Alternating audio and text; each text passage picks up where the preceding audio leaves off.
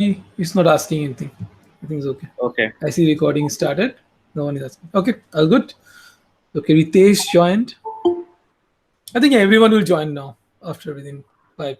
It takes 5 6 people are joining. 5 10 minutes people join. Yeah. But there should be by default a mute option. Otherwise, everyone keeps speaking and thing will get cut. Okay. That's something which I could not find in the Google Meet. Okay. It's actually when creating the Hangout by default option was there. And it's not a big deal. We can ask people; they will just mute it. They actually they want themselves to be muted.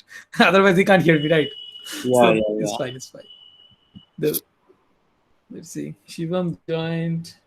Is Kiran joined? Good.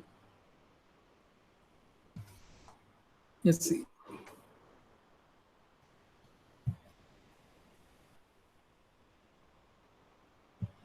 So yeah, right now the big companies are all like allowing from home. So how these did they even give some time like from maybe after 1 month they will start the offices or not? No, nothing such like that right now. Not yet. They just send emails that wait for the next communication and all. Yeah, But I don't think that because Delhi is still flooding with the COVID. that's true. That's true. Delhi and Maharashtra is out of control. Yeah. Yeah, what to do about that? Hopeful. Let's hope that everything gets better quickly. So guys, let's just wait for others to join. It's just I think it's not even 6 yet. Just 1 minute remaining. Let's give some 5 minutes so everyone join and then we'll get started maybe by maybe 5 minutes or in next 10 minutes. Let's see. Okay, Vikram joined.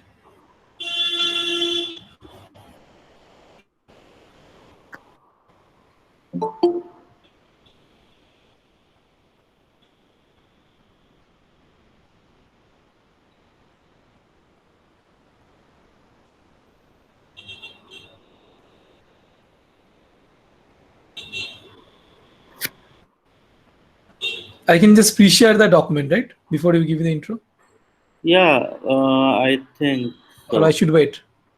Uh, it says I think we should start and people will keep on joining. So Yeah. Let's see if I can present a window. See if I can start presentation here. It's already full screen.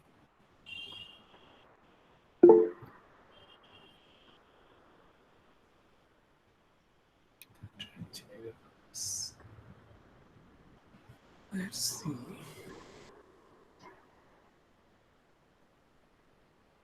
Since everyone joining, let me try. Continuation AWS. Okay. Is it working? Can you see the screen? screen, yes, I can see the screen. Good. I mean, it's just we're presenting to is it everyone? Yeah. I think it's just so if I do play, Yeah, so you can just brief on like what you're going to show and brief about the demo as well, so that the people could understand that yeah, it's what very will very be. very basics. Oh, sorry, see, I forgot to change the title. Okay. Okay.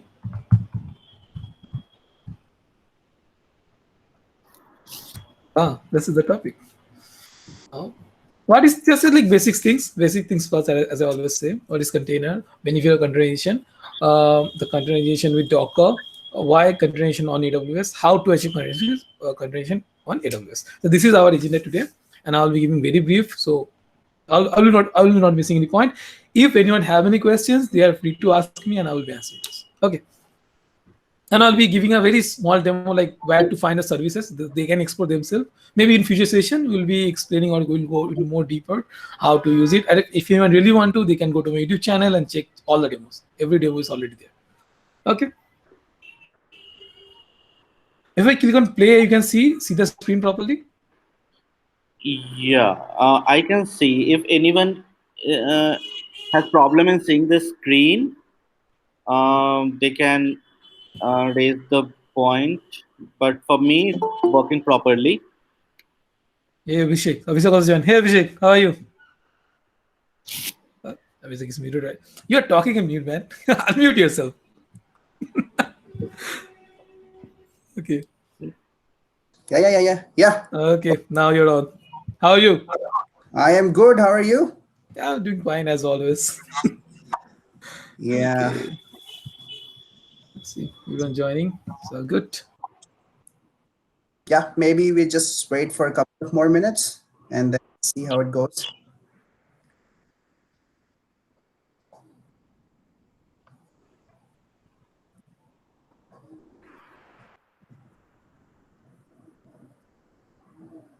Anyone can mute anyone.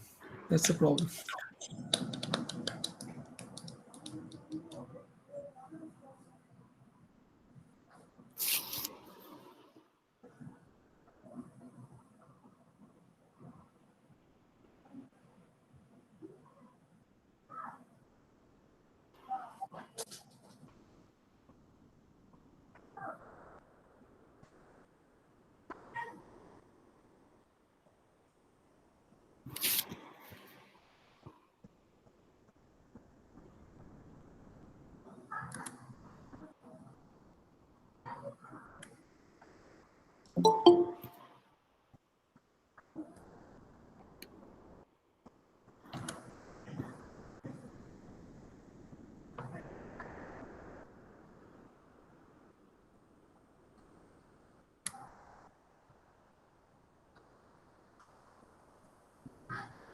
So I will just explain that what Sandeep is going to talk about. So Sandeep will mainly talk about the containers, ECS, EKS, and all those things. Maybe uh, he has some demo to.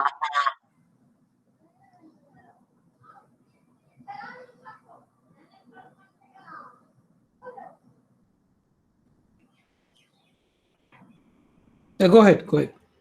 Yeah.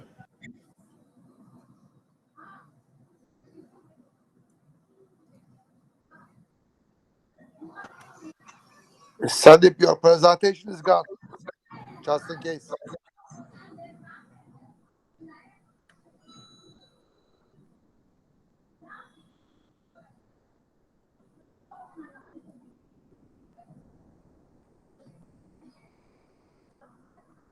I just stopped it because Dio is going to give some intro, right? That's why. So Dio give the intro, then I will start when my task comes. Okay. Thanks.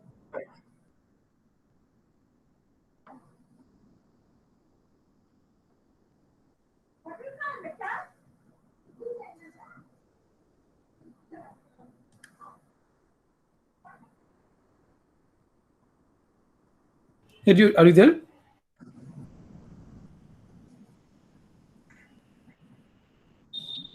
Dio? Yeah, I think. I think he's there gone. Yeah, there, but somehow he's muted or some, maybe not connected. Okay. Okay. Yeah. Okay, Dio, yes, you're there. So So I think yes, 12 people joined. Should we get started?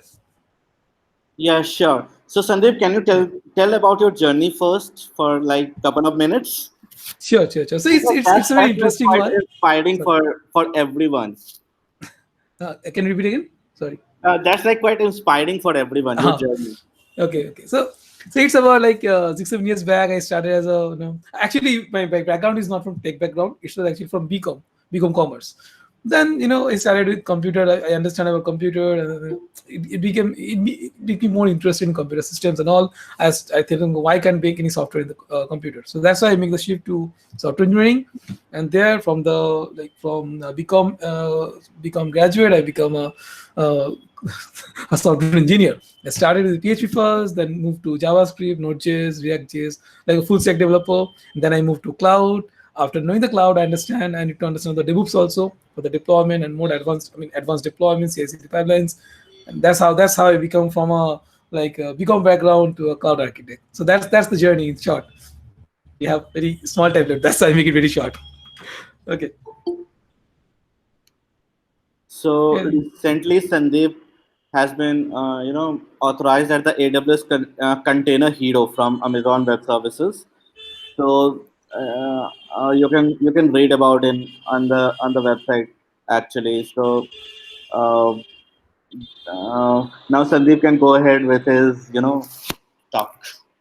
Okay, so it was very exciting, exciting things. And I never expected of the first thing. I mean, this like suddenly came and they selected me as a AWS container hero, and I'm very happy since I'm working with Coordination from last 4 years, day and night, making deployments here and there, managing large scale enterprise applications. So it was like very honoring that my efforts get recognized.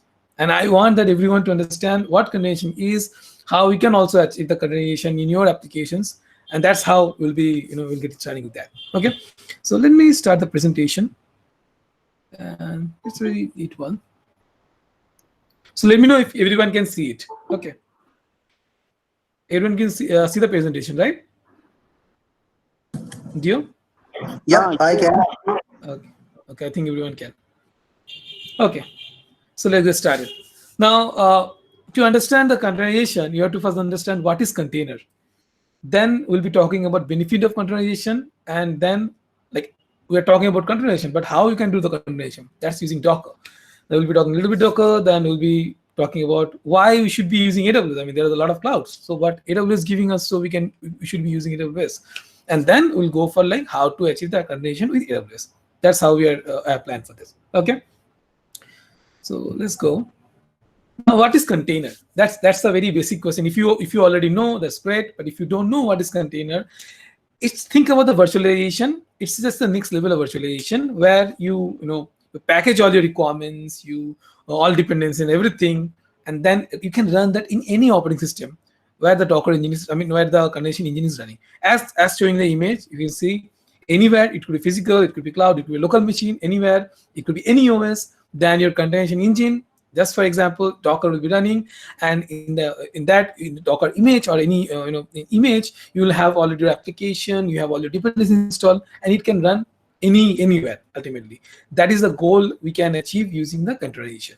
Now, this is very, very basic definition of it.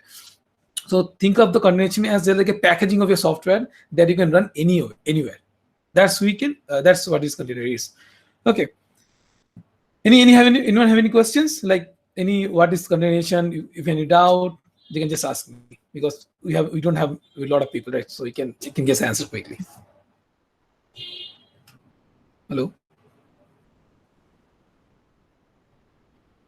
Okay, I think. Okay, then let's complete that. At the end, we can also ask, not a problem. Now, benefit of coordination.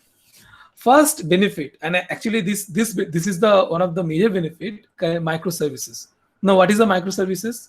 Microservices are actually where you just think about the monolithic, where you're running databases, where application, and in application also all the things are running a single place. The caching also running a single instance. So that's a big problem. If something breaks, everything breaks. Now, and that's also big problem where you are making changes. You have to make the entire thing, and you're taking down all the systems and making the changes. That's also a big problem. Now, what is microservices?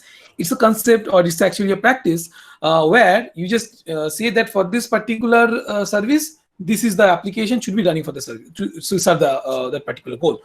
And using that, what you can do, that suppose you have 10 services running for a particular application, and one service changes, you can just update that service. Or maybe you just want to update, you want multiple copies of that particular service. Suppose the particular service is huge demand, then you can run 10 copies, 2 copies as per your requirement for the particular copy. You don't have to run all the things in multiple copies. You can just select that particular service to run multiple similar copies, so you can serve more requests. That you can achieve using microservices. The next thing is the hybrid application.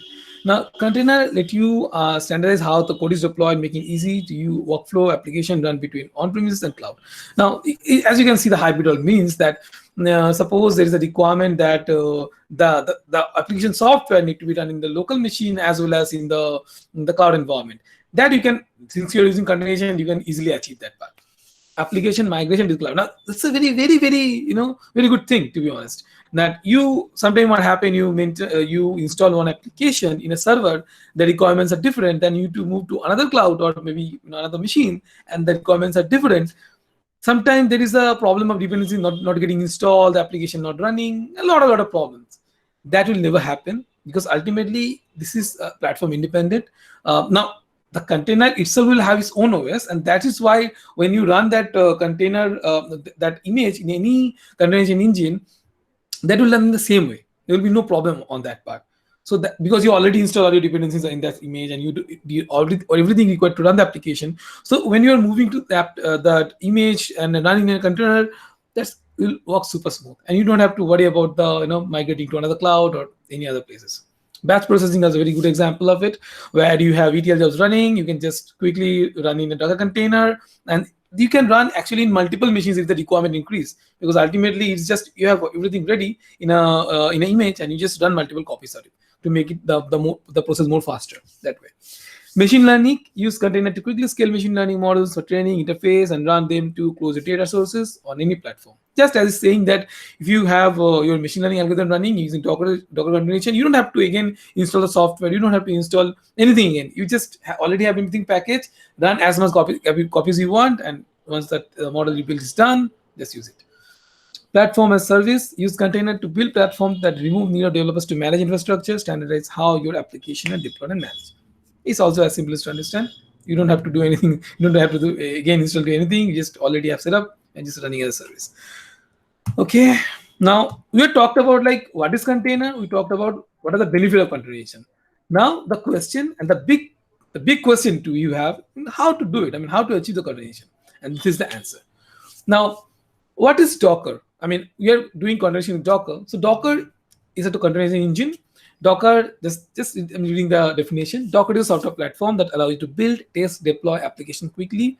Docker packages software into standardized called containers that have everything software need to run, including libraries, system tools, code, runtime. Using Docker, you can quickly deploy scale application into any environment that your code will run.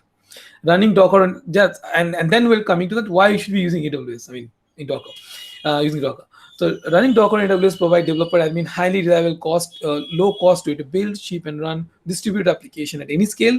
AWS support both Docker licensing model, open source Docker community edition, subscription-based Docker enterprise engine edition. So if you want to get the community edition, you can download it and run it from the normal installation step.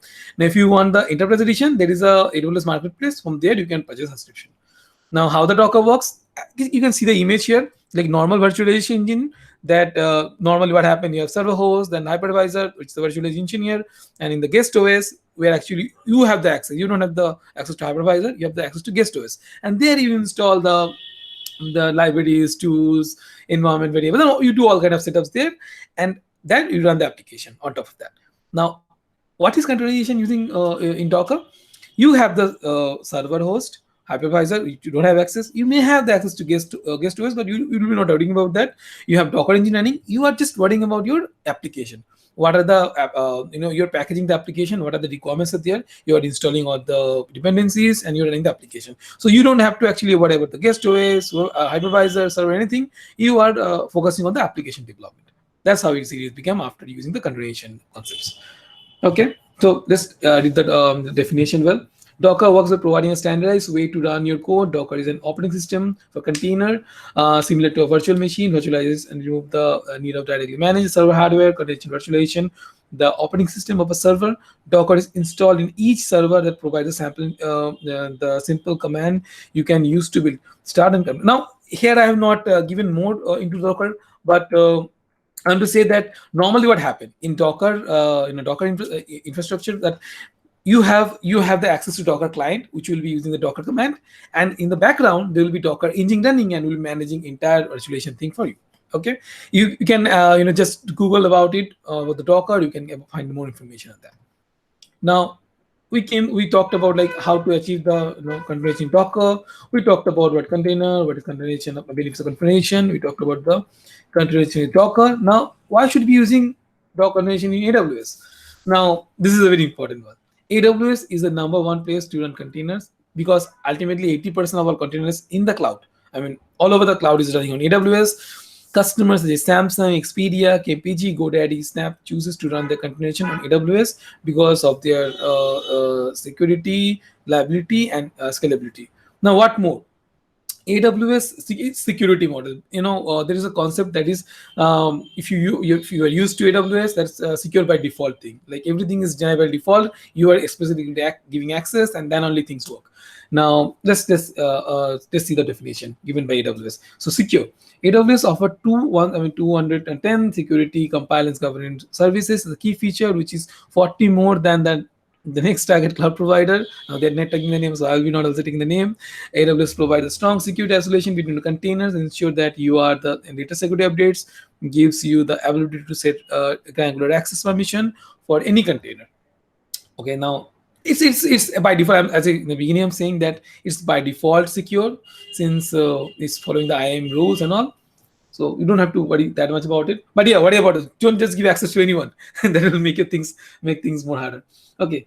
And reliable AWS container service on based global infrastructure is 69 availability zone across 22 regions. AWS provide 2x more regions with multiple availability zones than the largest cloud provider. And the next largest provider, there are SLAs for the container services, giving ACE in mind. Now SLA are like service level agreements where they're making sure if something goes wrong, they will be helping you out. Choices: AWS container service offer broadest choice of services to run service. Now here the choice part is like you can run in normal EC2 instances, but you have to keep running them.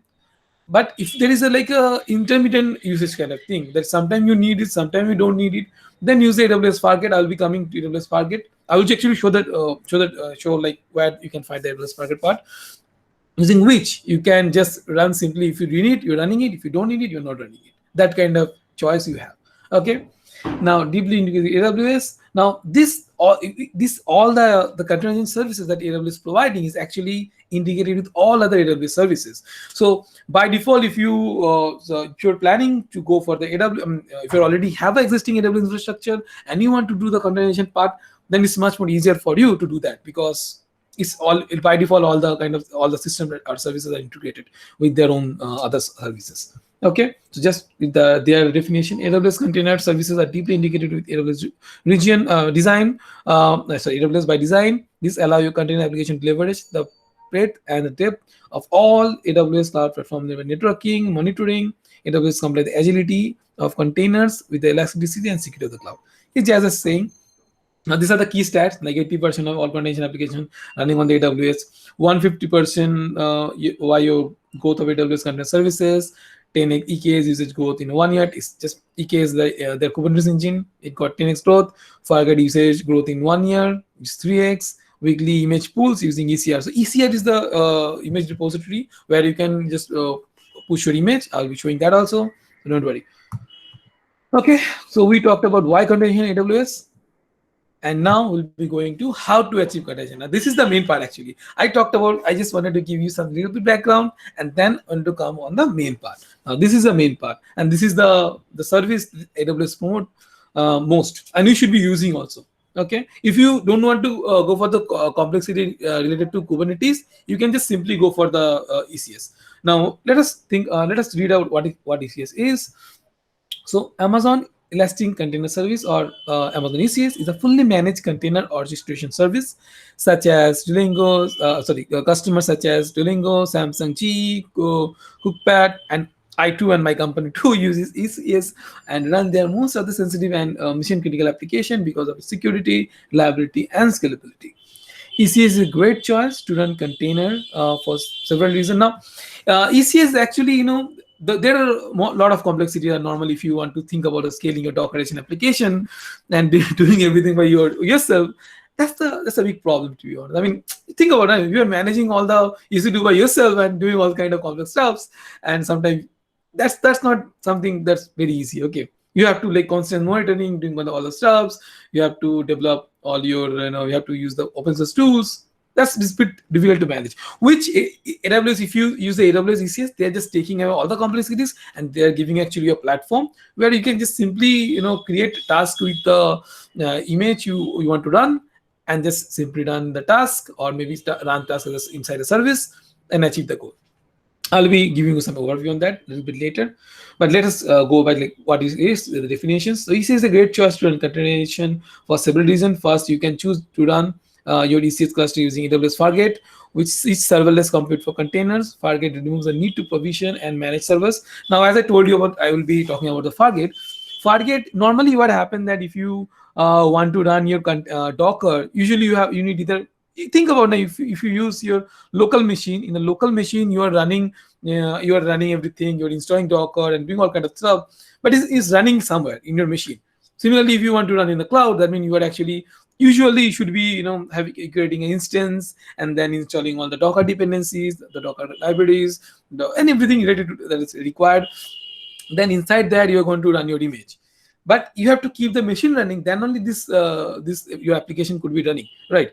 But if you think about, like, sometimes ultimately you're paying for all the time you're running, and sometimes it's just idle usage, which is giving you some losses, right? You're not using but still paying for the compute services. Now think about the Fargate, where when you actually need the service, you are running it. If you don't need it, there is no need to run. That kind of goal you can achieve using the AWS Fargate. I will highly recommend to check this service out, which can give you a lot of cost savings. Okay, so Fargate remove the need of provisioning and managing server, let you specify and pay resources per application, and improve the security through isolation by design. Second, ECS used expressly within Amazon to power such as Amazon SageMaker, AWS Batch, Amazon Lakes. So these are the services that is actually themselves Amazon using, and ensuring is a bit is tested extensively for security, reliability, and availability.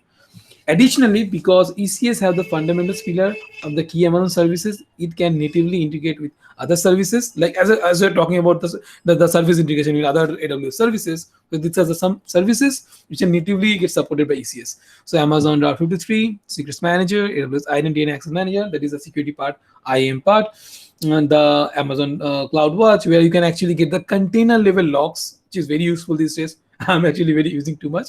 Scalar applications.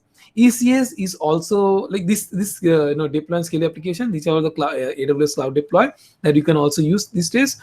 And not only that, you can use the auto scaling and everything. Actually, when you create the ECS, the cluster, auto scaling group and everything auto configured, and you can change accordingly. Okay, ECS is also able to quickly integrate with AWS with other AWS services to bring new capability to ECS.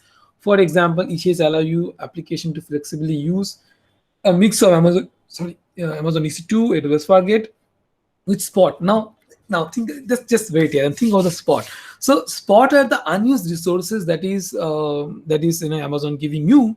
So and at 90% less cost, like 90%, up to 90% discount, and using which you can actually save a lot of cost. Now the negative part of the Spot is it can terminate at any time. You only have only 2 minutes, I think. They will notify using 2 minutes. So using 2 minutes, you have to shift the traffic to some other place. But it's a great choice. I mean, it's not like within 1 hour or 2 hours. Usually, it can be any time, but usually it's more than that. So you will have time, and you can save cost by that. A huge cost saving can be done by that. Now, on demand is like you are keep running is on demand, but think about using combining with Spot. That can be a huge cost saving for you. ECS also integrated AWS App Mesh. So I think most of the people already heard about Istio, maybe also using it. I'll be also suggesting use the AWS App Mesh because it gives some native integration, which can be make your life a lot easier. To bring rich observability, traffic control, security feature to application, ECS has grown rapidly since launch and currently launching 5x more container every hour than EC2 launches. So you can now understand the popularity of this EC2. And this is how it works. Okay. So normally EC2 container registry, you just put the image inside the container registry where the image get pulled in Elastic EC2 service. You have you already defined using the task definition, and according to task definition, the application either on the Fargate is the first choice you will get when you're creating the cluster. It could be done either on the EC2 or it could run either on the Fargate. Wherever you have selected the place, it will run there, and yes, you can do whatever you want as for that. Okay, so this is the ECS the intro I want to give. I've given. Now let's talk about the EKS. Now we talk about ECS. This is their Amazon own product. Now EKS is also their own product, but think about it. They are the certified provider of Kubernetes service. Let's see what they're saying. That they're saying that Amazon. Okay, I think I did some mistake. Now let me stop it here. I think I did a mistake. In EKS also I've copied the ECS thing. Sorry for that. Let me stop presentation and let me actually go. Yes, I'll be sharing the tab instead. Okay, to give the definition part. Let me give some presentation and window. Just give me a moment. Chrome tab. Okay, this one. This is what it show. Now, what Amazon EKS is that Amazon Elastic Kubernetes Service is a fully managed Kubernetes service that customers such as Intel, Snap, Intuit, GoDaddy, and Autodesk using it Autodesk does EKS to run their most sensitive and mission critical application because of its security, reliability, and scalability. EKS is the best practice to run Kubernetes for several reasons. First, you can choose between run EKS cluster with AWS. Now, this AWS Fargate EKS option they added just I think this year. And previously you have to you will be selecting the worker nodes, and that should be EC2. Now they're giving the AWS Fargate option. So when you actually need the the application need to be utilized, then only the application the just will be allocated and will be that. If there is no need, then it will shut down and it will give you a lot of cost savings, which is as a thing serverless computing for containers. Fargate gives the need of the same definition here. I think this is the common like the ECS. And third, EKS integrate with AWS MapMesh, just like the ECS. EKS also integrate with the AWS AppMesh, provide a Kubernetes native experience to consume service mesh feature, bring rich observability, traffic control, security feature. Additionally, EKS provides scalability, high availability control plane to run across multiple availability zones to eliminate a single point of failure. Now, here one thing I want to say that there is a minimum cost involved is there. So I think it's $67 something they're charging. There's the minimum. Previously it was $120 something. Now it's maybe around 70, you can say. And it will give you the 3 master nodes, and you actually will be not you don't have to think about managing the master nodes. You have to think about only managing the worker nodes. So that's, and whatever worker nodes you use, you will be actually paying for that only. Okay.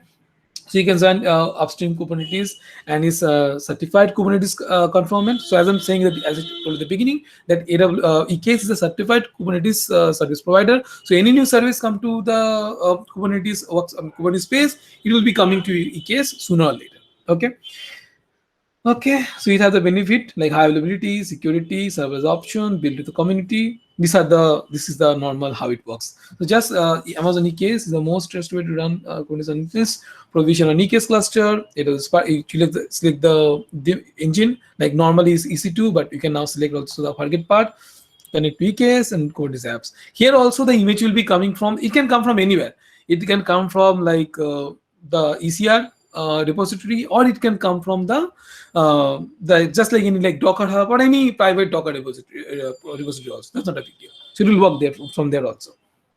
So these are the like use cases that processing application. As I told in the beginning also, the similar things you can do it by the EKS. These are the company using EKS. Now these are a lot of very big names. Okay, so this is one to share about the AWS ECN and EKS. These are the most famous service they are providing. Now I want to give you a little bit like where you can find the ECS and EKS service, so you can try it out. Give me one moment.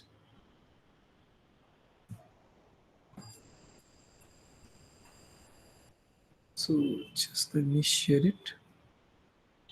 Chrome tab, management console. So let me. I think you can see the EKS, the AWS console. Now, how to find the ECS service? So if you just select by the search for the ECS service, here you come.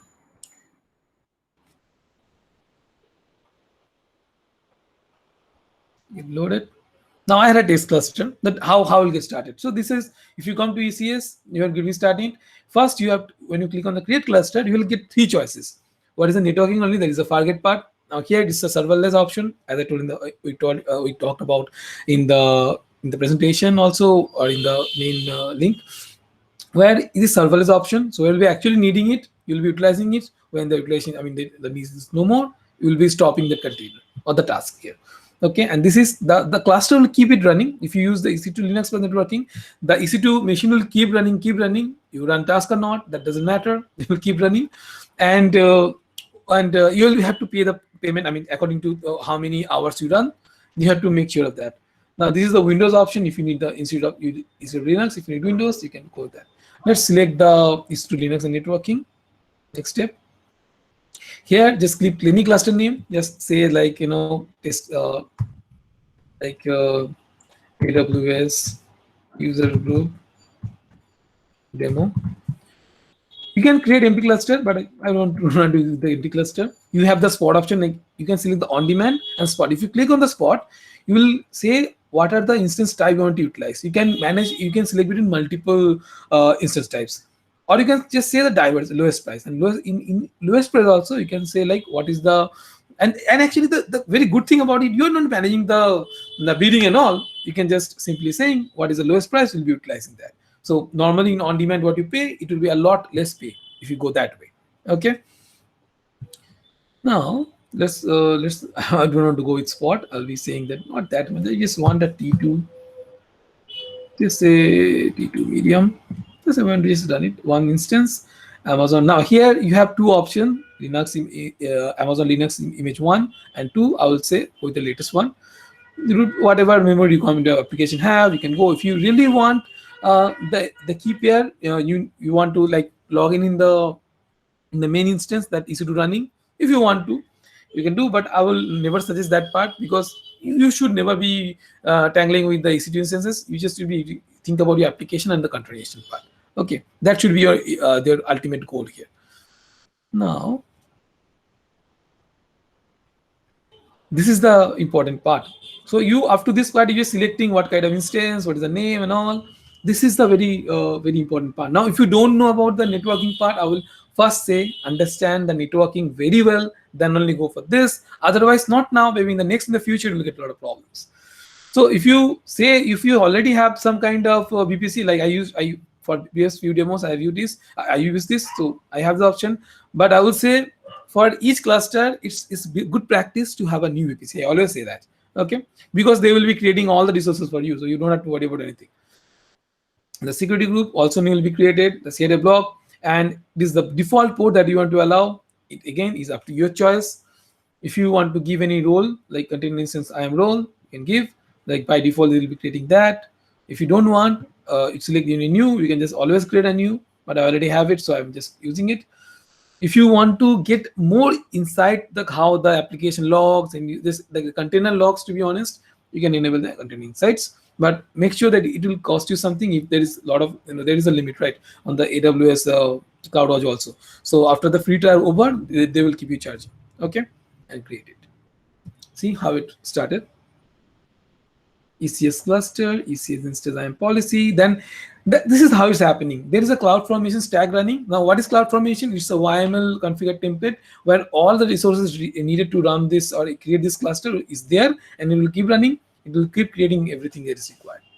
It will just wait, and you'll see here's coming. It took only a few seconds. Since I have time, so that's already 36, so I have time. So I'll be showing you the running at least a small Nginx application that will give you some understanding of the ECS part. EKS is a very big thing, so I don't think it will be covered in this demo. You can go to my YouTube channel, and there's already EKS demo, which will be much more beneficial. That already 1 hour long. Okay, so you can see here this cluster resource getting created, and you can see here like this is created a VPC for you. It created a subnet. It created a the two subnets created was subnet 1, subnet 2. It's also created one route table association, and it should be creating the auto scaling group here also. See, this is the auto scaling group they have created. The lunch configuration template that is used, you can also check that here. Virtual private gateway attachment, everything is there. Okay, so give it some time and it will get finished. Okay, all done. Okay, if you just go to the cluster, you'll be able to see the cluster. And if you go to that, like just give it some EC instances, you'll see not yet started. So it will okay, it's now available. So these are the EC instances. It's running. Capacity providers. The capacity providers is very advanced stuff, so I'll be not going there. And this is the EC2 instance. Now this is the container instance running here. Inside agent will be running, and they will be running the containers, the images, and this is the main EC2 instance. If I go here, you can see, yes, simply, if we can just go from here also, that will work. I want to show you that it automatically created the EC2 instance. So you don't have to actually manage it by yourself. You can see it already here. It's here. So it's created for you. You don't have to worry about anything. Maybe check the security group once. I think it's already created the port 80. So yeah, port 80 is anyway allowed. Let's go back to the ECS. Sandeep, I have Sure. Go ahead. Yes. Hi, this is Abhijit. Yeah, So initially you told, right, that for Fargate, the AWS manages some resources by itself and we don't have to worry. Right? So not resources is managing the server infrastructure for you. You just have to worry about the running the container. You don't have to worry about the below infrastructure what is using there. They are using by them. But even if I select EC2, right? So there it's well I have to select which instances I should Exactly. have. Right? Exactly. But exactly what is the thing that is So self-managed? there, see, think about that. Now AWS handling all the things for you. Is it for free? It's not free. AWS Fargate is 10x costlier than EC2 instances. If you think like 24 hours running a Fargate and 24 hours running a EC2 instance is cheaper in the AWS EC2 instance. But if you think about running just for 1 hour a particular, it's the intermittent usage now. So the Fargate is sometime getting used. Maybe application requirement, sometime API call will come and some process will run. Maybe just maybe 1 hour will run or maybe 2 hours. But for that, if you run a EC2 instance, that's for 24 hours, it's costly. Instead of that, you can run a normal Fargate. That's cheap, right? With just 1 hour. So in Fargate, even if we select the instances on which we want to run the application or containerized application, still the pricing is depends on how many times we actually ran the application. Exactly. So kind of application. No, if you run in EC2 instance, it's not about how many hours you're running the application. It's about how many hours you're running the instance. The instance running code. But if you use the Fargate, it's about how many hours you're running the application and how much memory usage is there, the CPU usage is there. Based on that, the cost is getting calculated. Okay. Let me show you the pricing a little bit, and that will make it more clear, right? Give me just 1 moment. AWS Fargate cost pricing. So you mean in terms of infrastructure, both things remain same, but this will be like on-demand billing. No, you don't know actually. If you use the Fargate, you don't know actually what is the infrastructure, because they will not tell you. They will just give you selection how much RAM should be utilized, how much CPU need to be utilized for your application. Right. That is what you can do. You can select the instance type or anything. You're just selecting that I want to run application. I want for this application this many CPU and this many RAM. But if you select the EC2 instance, you can say, okay, I need a machine that have this power capability, and from that machine to run a particular container, I can select, okay, from this machine use 1 CPU unit or maybe 1 GB RAM or maybe just 500 MB RAM to run the application. That you can select if you use the EC2. The major part is the cost. If you run a particular application just for 1 hour and then you don't know when the call is coming. That kind of situation, it's good to have the Fargate. But if there is a requirement to application keep running for entire month or year, then it's better to go for the EC2 instance and save cost with the combination of either spot instances or the reserve instances. That will make it cheaper. Okay, that is the major difference. Which one do you recommend? Like most of these use cases came for enterprises, right? So for enterprises, think about the use case. Think about the use case. If you have application that is like you need to run for like maybe 1 hour, 2 hour, 3 hour in a day, it's good to go for the Fargate. If you have application that need to be run 24/7, then go for the EC2 based. That will be useful. Okay. That is the difference here. Okay, it's all about costing. If you just go Google about it, you can see the Fargate pricing. Let me share the tab. I think I can give me 1 minute. I just share the tab about the costing. Chrome tab, pricing, Fargate. So you see the pricing. It's about per CPU, per virtual CPU, per GB per hour. Can you see it? Yeah. Okay. This is the difference. And if the more CPU, the more GB you are running, that's the more cost you will be paying. which is become if you run a 24 hours normal EC2 instance and normal ECS, you will see the ECS price is bigger because they are managing the infrastructure for you.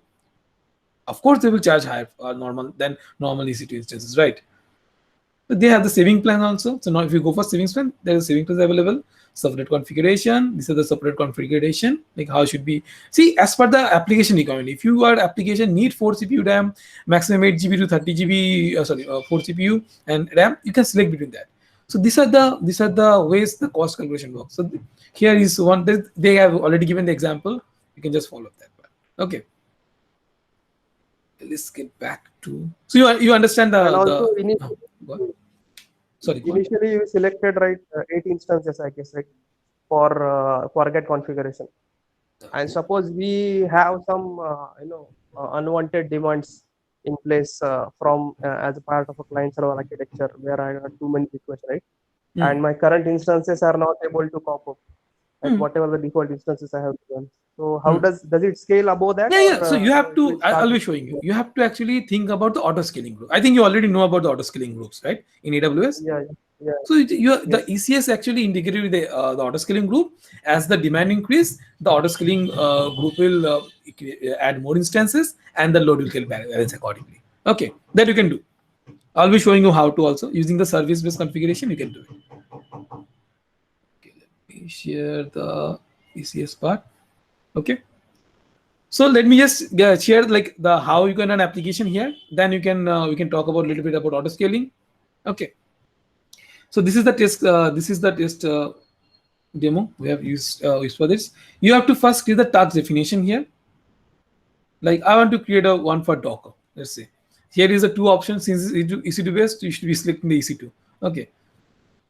The Nginx demo for AWS. Okay. I don't need any role. I don't need any network mode. See, let me explain a little bit about the network mode. I will not go much depth about it, but this is important. What is bridge mode? It will be this is the default with the Docker providing. Docker's default is the bridge mode, where it is just bridging between the EC2 instance and the Docker container backend. It will be work like that. Then it's not that faster, but it is the default one you have. The host mode is actually will be using the AWS EC2's the network configuration as the Docker configuration, and that will be much more faster networking. But the IP allocation you cannot do dynamic port mapping. Now dynamic port is a big topic. You can go to my YouTube channel, check here, where you can have the Docker the application can use any port, and it will be route to the particular port one port. Like you can do the huge level of load balancing using that concept. Okay, but you cannot achieve using the host. You can do using the bridge, only bridge mode, I think. You cannot do it using VPC also, because VPC also you will be creating the separate ENI network interface. It's AWS own.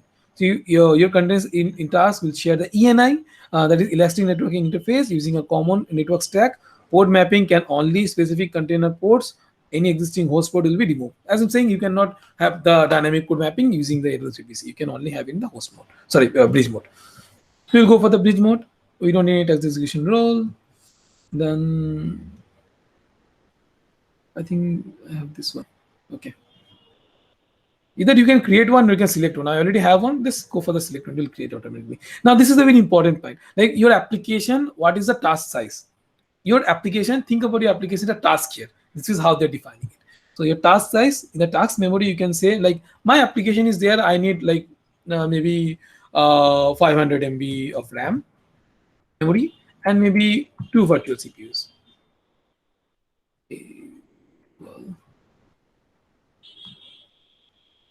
The number of CPU. Okay, sorry. You need. Okay, sorry. My bad. 500, and it should be, let's say 500. Okay. So 1 CPU units is equal to 1024, and then I'm saying that 500, that will be half of it. Okay. Add container. Let's say I'm using Nginx. Okay, before Nginx.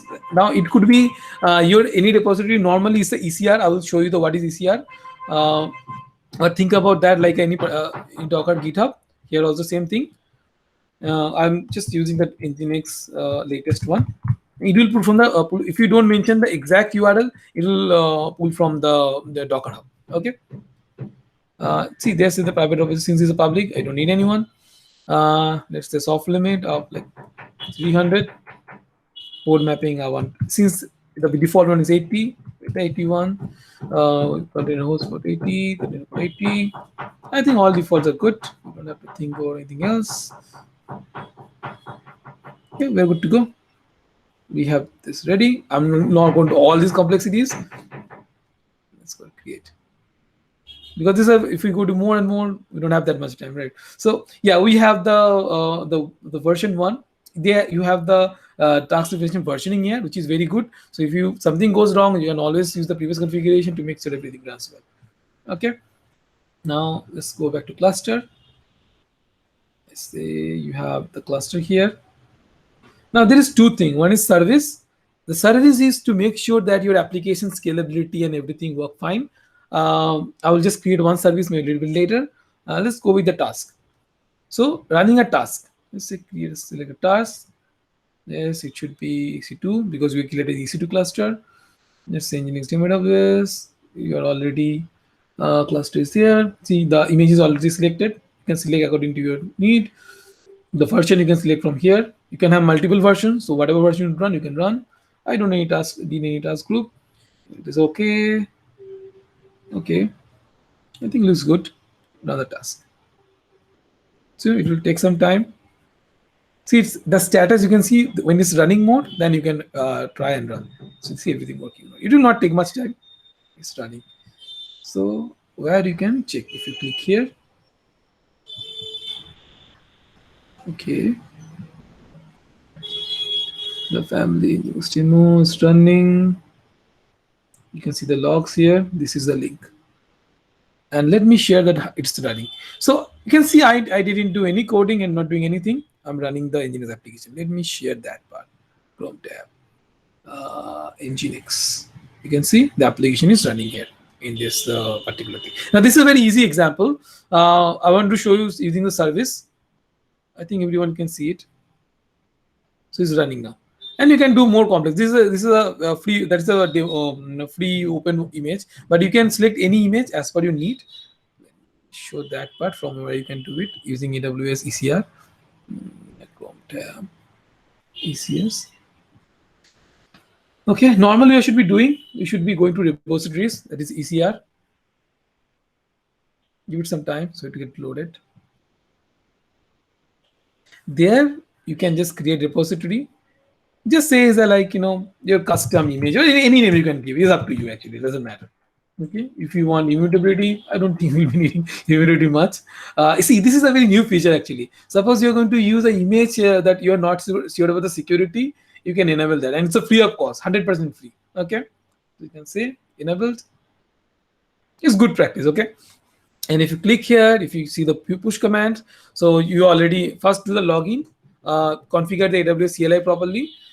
Just go to AWS, go to Google and search for the AWS CLI, install the AWS version 2 CLI. Okay, then build your Docker image, whatever Docker image you have, then tag that image and you can push it. So all command is there. I'll be not going to that depth today because it's just the intro, but you can do that part. Now go to clusters. What should be doing? I'm just showing you how to create it. Okay, go to clusters again. I'll be not actually creating the services. If you want to see, you can always go to my YouTube channel and check it there. I'm just giving you the intro how to do it. Go to services. There select the EC2. Here, there select the task definition here. The service name is very important. So let's say it's a demo service. Then the replica and daemon will keep running in each number of thing there. One instance will be running in the each machine. That is the daemon. If you run replica, you can say like how many tasks you want to run. As I'm saying, suppose a particular task, a particular service, web service, you want to run multiple copies, you can mention how many copies. You can just say start with one. What should we usually doing? Start with one. How many minimum healthy percent, 100%, maximum 200%. What is the ruling? Now this I'm saying that you can do either plugin deployment, or you can there you have to then again do for the code deploy. If you just go to rolling update, by default rolling update supported. Okay, if you have a very for any enterprise application, I will highly recommend this one, or any production application, but for testing purpose you can go by rolling update. That will be okay. But also if you have a socket application, then you can also go for the rolling update. That will make sure that not all instance go down or all reconnect happen at the same time, that will create a spike in the request, which you don't want. So you can go for the loading update. The template custom, you can go for the bean pack. That will make sure that you have the minimum instance running to run the application workload. But if you want the high availability, then go for the AWS balance bean pack. Okay, this is up to you. Now, Beanpack is just saying that if you want to run in a particular machine which have the less resources utilized, then you can go by that. So I want to go with the less resources available, only one machine instance running anyway. So next step. Here requires a load balance. Suppose if you go none, that means there will be no insight. I mean, there will be no way the request will come to that particular Docker container. I mean, the running container. If you want to get some request, you can say the application load balancer. If there is a requirement for network load balancer, you can select. But usually, or no, I will say 99% time it's the application load balancer it will be utilizing. Since I have no load balancer here, I'll be actually not creating. Also, I'm just showing up to, or maybe I just create one. I want to show the demo properly. Let's see. I'll just create it and later I will just move. Let's say demo interfacing all. Okay. Now just give me 1 minute. I'm just creating this one very quickly, so that I can give you the demo. You can create the role. I mean that load balancer normal way. You should be. I think you already know most of the persons. It's created. So if I do the refresh now, it will come here. It's a demo. Okay. You have to add the Nginx port mapping here. Like if you're creating, there's already by default one creating one. You can just utilize that. Or if you want to create new, you can also do that. I want to just already have created then why not? Okay. Create new. Give it a name here. Make sure it's short one. AWS service demo, because there is a limit also here. Okay, so if you give too big name anyway, it's not supported. AWS demo ECS. Yes, AWS ECS service demo. GCP. If you have a like microservice architecture where you can just path mapping based on the REST services, you can mention your custom path mapping here. But there is no need, so I can just give you normally. Evaluation order should be 1. You can see here the health check is important here. There will be like that. Enable the service. No, here is no requirement of service discovery yet. Now this is a very important part. I think you're talking about scalability, right, Abhijit? Who's talking? Yes. Yeah. So this is the part very important where you are selecting the scalability. So how many tasks should be running? Huh? Suppose you need one application, one number of tasks should be running. Desired number of tasks should be 1. Maximum, like you want maybe maximum 10 number of instances to be running for that particular application. That is it. How should be the target tracking? You can either do step scaling, like all the complexity like you usually do for the EC2 instances, or you can just go by the new. It's according to the application need. Okay, it's not about you can do just like whatever you want. It's according to your application. You should be selecting what to choose. Okay, if for the production application, I personally use the step scaling, but for the demo purpose, I use for the simplicity. I go for this one. Okay, is that like demo policy? Okay, so average CPU utilization. There is 3 options by default. That is ECS service average CPU utilization, service average memory utilization, and ALB request count per target. Based on 3 parameters, you can easily do the scaling part. Target value, let's say CPU 80% up. Then sure scale. There is cooldown period. Like if there is no such demand, it will get removed. That part. Sorry, scale out. Sorry, it's after 300. The scaling will happen. The scale in, that is the removing of the instance. Okay, that is there. If you don't want the scaling to be happen automatically, you can disable it, but you should not actually. It's application. Again, it's application specific. If you need it, you can do it. Do the scale. Okay, and things get started here. There is a CloudFormation thing running, and it will do all the stuff. So this is how we'll create the services. And you have a load balancer now. That load balancer, let me show you why the load balancer created. So when you want the application traffic to come, you will be using that load balancer to to be a front line for your application traffic input. Load balancer. If you go to the load balancer, here you will have the DNS name. I have lost your presentation. No, it's just loading. It's loading. Give it 1 minute. It's loading. Okay, sure. Okay, now you can see it. Hello. Yes. Can you see it now? Okay. So see, ultimately we have created a demo, so you don't have to think about the EC2 what is EC is giving. Since we have attached a load balancer here, you can just use add as a record and do all kind of stuff. That easy it is. This is how they should be using it. If you are running a web application, if the application is different requirement, you'll be running differently. That's okay. So this is the demo I want to show you. Okay. Now I think I'm done with the demo. If anyone have any questions, they can just go ahead and ask me. Okay, you can ask me now.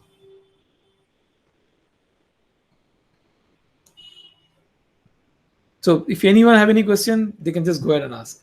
Not a problem. I think no one have any questions. That's good. Maybe message. I think message. Okay, 9K. How long this session?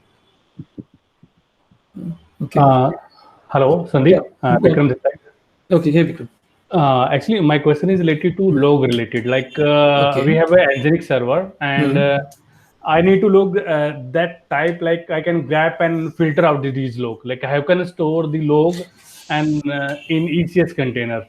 Yeah, so you can utilize the container inside that thing, and you can store all the logs in normal usual logs, and then you can use Amazon Athena to analyze the logs, or you can just download the logs and do all kind of stuff you want. That's how easy it is. Okay. Normally, you do in Linux, you do the grep command, right? Here, you already have the things and tools ready. You can use that. Okay. Use the container inside. There will be the option there. Okay. I personally use the container inside. Normally, doing grep command, I have to do complex the pattern matching and all, right? And I'm not that good in pattern matching. So instead, I am these days using this. I was actually there was the plugin actually I'm using. I forget the name now.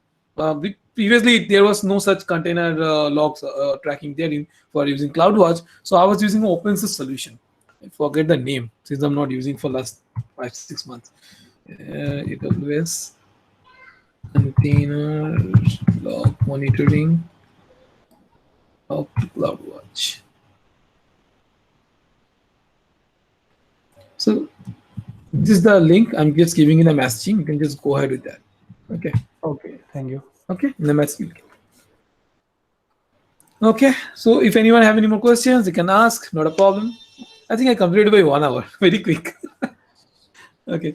Sandeep, can you go to your EC2 dashboard? So for that Fargate service, right? I want to see if AWS has pinned up any instance for us. Okay. Let me show you. You cannot select the EC2 instance. Sandeep, one more question, please. Yeah, go ahead. Actually, I wanted to use the ACS in my production environment. There is a two-type scaling, as you told us. One is based on the instance level scaling. Second is based on the service level scaling. Right. Where is a task can scaling. I wanted to know like which scaling policy would be better for instance. No, okay. I think I forgot. Yeah, I think I forgot to mention one thing. Thank you for reminding me. That I want to share is that you can see here. You can see the screen now? No. Yeah, this time. Yeah, it's presenting. Come. So I forgot to show you how to do that part. Now I show you the task scaling. I didn't show you the cluster scaling, right? Let me show the cluster scaling. What you're talking about is the cluster scaling. You need some instances to be running to support the task, right? If you don't have the resource allocation, then how the task will run? So if you go to the ECS instances here, see this is ECS instance. Okay. I think if I click on there, let me representing. Give me 1 moment. I'll just go from here. That will be easy to just go to EC2. Yeah, itself also you can get. ECS, why? Okay, give it 1 minute. Okay. This is the running. And this is it, right? So if you go to auto scaling here, you will be able to find it. See, this is the auto scaling group already created by the ECS, right? Isn't it? This is already created by the ECS. Now, just go ahead and edit it now, and say how many you want to run. You want to run that minimum should be like this. There should be at least one. It should be running, right? That's how it should be done. Maybe you want 10 maximum, and that's it. You can add more subnets and more availability zone as per you need, and just save it. You have the auto scaling ready, and that this is a normal instance level. Hello. Hello. Hello. Yes, I think there is some problem at the Sandeep side. I think that internet may be disconnected. Yeah, just wait for a couple of minutes. Someone is also saying something. I forget who was saying something. Actually, we lost you for like 30 seconds. I'm not able to. Can you hear me now? Yes, now I can. Okay, so that this is the cluster level auto scaling. You can done using the this auto scaling group, and that previous one that I showed, that was a task level auto scaling using the service. So the particular service need to be scaled from this to that. So, and in the particular cluster you can run multiple services, right? And according to services it will be very different. So if I go to ECS, you can see. Okay.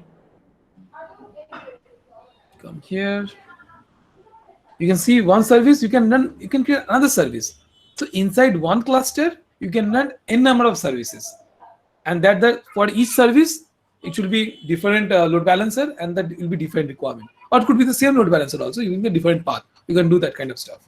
Okay, but that every service and the number of tasks need to be run, then in the EC2 instances to be according to the requirement, right? That you can achieve via this, the class that auto scaling, normal auto scaling. We just configured the like minimum 1, maximum should be 10, that part. Okay, and this is the very new one, the capacity providers, which is like a very advanced stuff right now. I have already created. So provide container. Just give it like demo.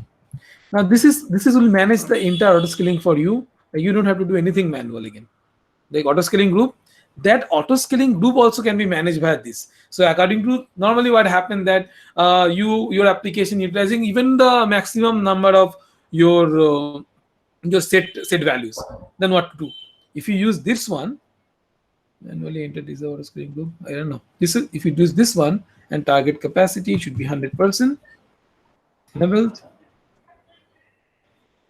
Sorry. The managed production, convention production. I sometimes do. Sometimes you have to actually go ahead and enable that part, but I don't want to do that right now. It's okay. You can see your the capacity provider you have there. I have created that information available here right now, and as per the services requirement, if you create the class capacity providers, everything will be created. So all the automatic the max size will also get increased. And the react will be anyway it will happen, but using the capacity providers, the max size also can be increased, which is very beneficial. Sandeep, my question, Sandeep, sorry, pardon for that. Yeah, like actually, I wanted to know like the after capacity provider auto scaling thing also, which you did. After that, we need like manual auto scaling in EC2 services. No, you don't do anything. I hope you understand. Like. Yeah, you don't do anything. It's all automatic. Right? It's everything automatic. Okay. So you mentioned that I need to have the requirement that from this to this, according to the application need will get the auto scale. There is no need to do anything manual. That is the beauty of ECS. Now you don't have to do all the complex stuff. You can just say.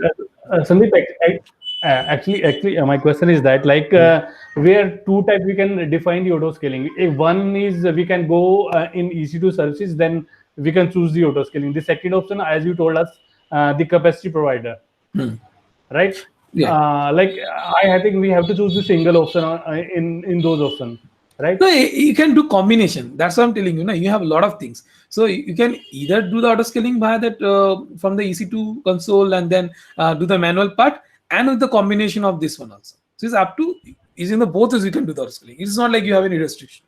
Using both ways you can do the scaling. But okay, you have both options. Oh. Okay. Thank you. Okay, I think someone was asking another question. I forget the name. Who was else asking any question? I think that. Okay, if anyone have any questions, they can always go ahead and ask me on LinkedIn. I'm very active there, or in the YouTube channel.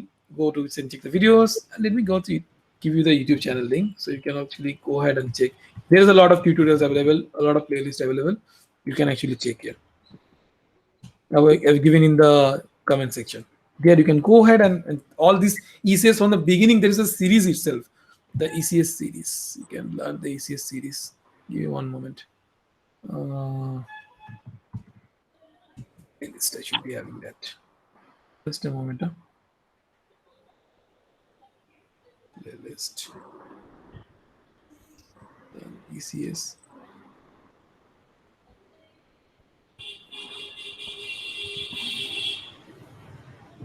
Okay, there's a ECS series. If you want to learn more about the ECS, there is a series I have set there. I have already mentioned the series in the normal messaging, so anyone can see. Okay, I think if there is any question, they can still ask me or ask me LinkedIn. Otherwise, back to the video. So I am coming back again. Actually, my question is related to Kubernetes. May I ask?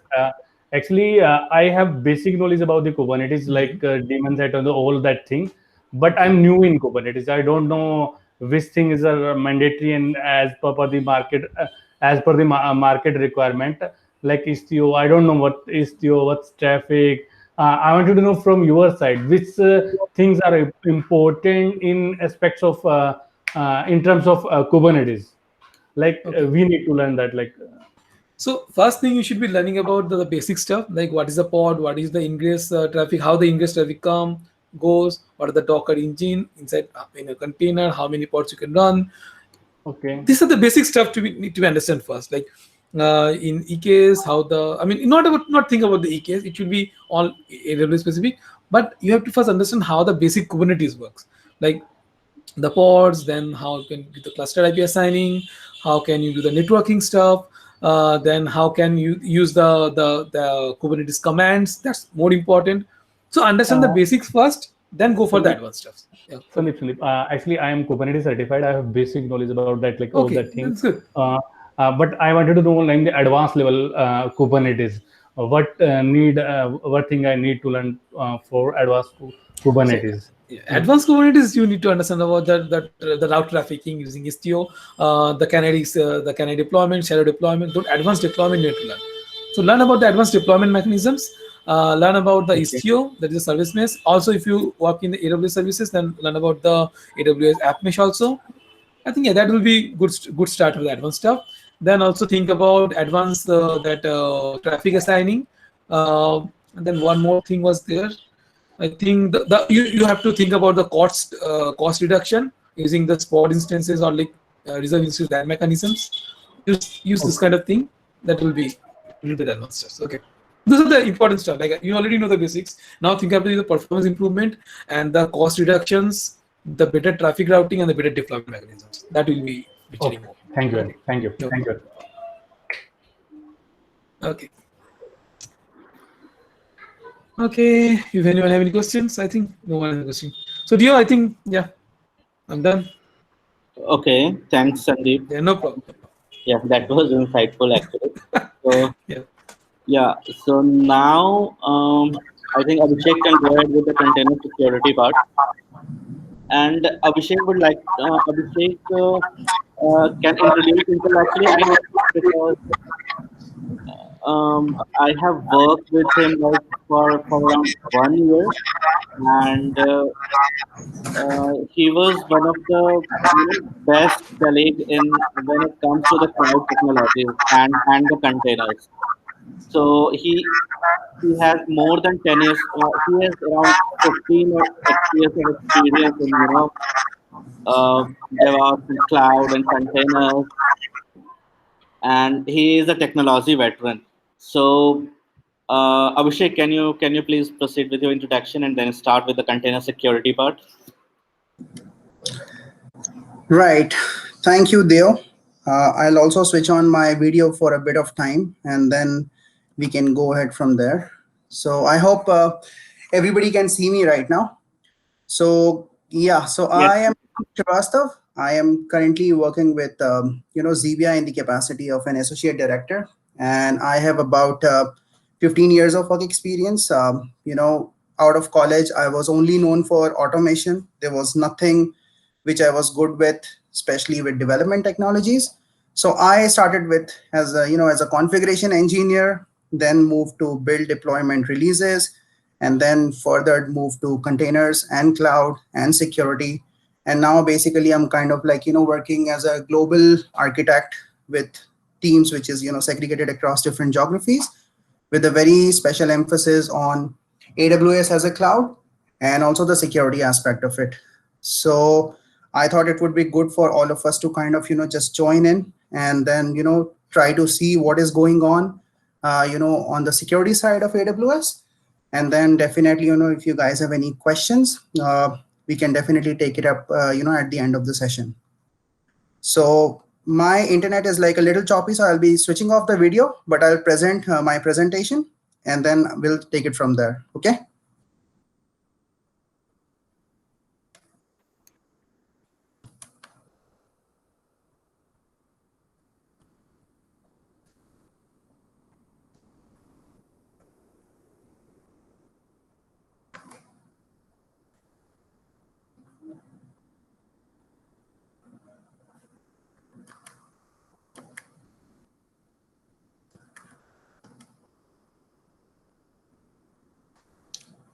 All right, so a window, what can I do?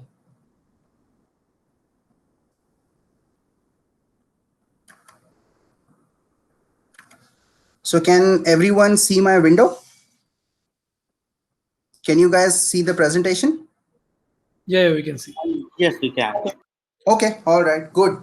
So guys, this is an advanced topic. This would require all of you to have a basic understanding of containers and Docker, and also, about a little bit of insight on different AWS services that are there, which play together to, carry out a delivery. So I have kind of, categorized this whole presentation into different sections. So the first thing is, of course, we have to understand the problem, why there is a security problem, and why everybody, is going crazy over it. That every time, there is a breach which, which happens around the world, or even, when you're trying to implement something on your own side, why this security parameter becomes such an important thing to deal with. Then we will discuss a little bit about container security model. It's a generic model which applies to everything. It has, it doesn't have a direct relation with AWS, but then yes, it is very important to know where the container security model fits into our development lifecycle. Then I'm going to talk a little bit about the shared responsibility model. So I believe whoever has worked on AWS, they really know what shared responsibility is. And I'm going to extend it a little bit over all the different services that are provided by AWS on the container side. After that, we will take a quick look, at the services which basically AWS provides for creating secured workloads. And then basically we match both of these together, try to see how security fits into the life cycle. And then we may, want to discuss a little bit about the advanced features. So this is my agenda. Any question at any time, you can stop me and you can then ask me, okay? So let's understand the problem first, right? So I have taken, some material, from AWS itself. And also then, I keep reading a lot of articles which gets published in journals, and are in the public domain. So you can see certain sources. There was a report which was published by Tripwire in 2019. And then there's a recent report which has been published by StackRox in 2020. So just go through the statistics once. 60% of the organizations, they had breaches in 2018. About 47% of the containers that they deployed were known to have vulnerabilities.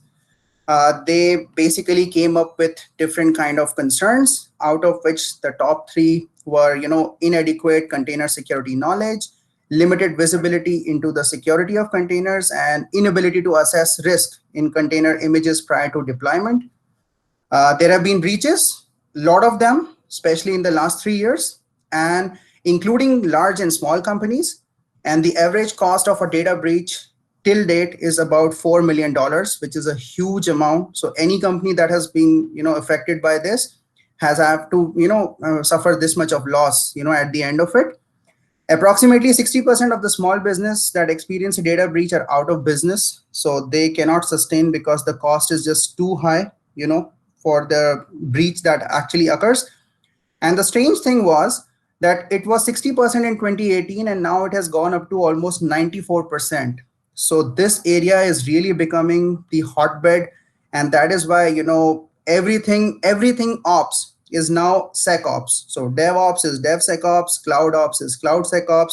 You talk about AI ops, ML ops, everything is now SecOps. So that is the gravity of the situation, why this has become so important. The context of the attack, if we have to see, so basically when such an attack happens, okay, there can be multiple scenarios which can happen. Abhishek, are you also presenting at the moment some presentation, or you are just speaking? No, I am presenting. Okay, so because we can just see the desktop, we cannot see the presentation part. How come this is possible? Can you see something now? No. So can you just stop presenting and present again? Okay, so I have stopped sharing. And I want to present now. There is an option. You can see that only the window. Just select that window and you can do it. Or I'm just sharing my entire screen. Is it okay now? Yeah, it seems fine. Okay. All right. Cool. So yeah, so I was talking about these numbers, and then I was trying to say what is the context of an attack. So whenever some breach happens, basically you lose control of your infrastructure because somebody else is in control of your infrastructure, and you pay to allow someone else to use your resources. Your business function can be compromised if there is a breach.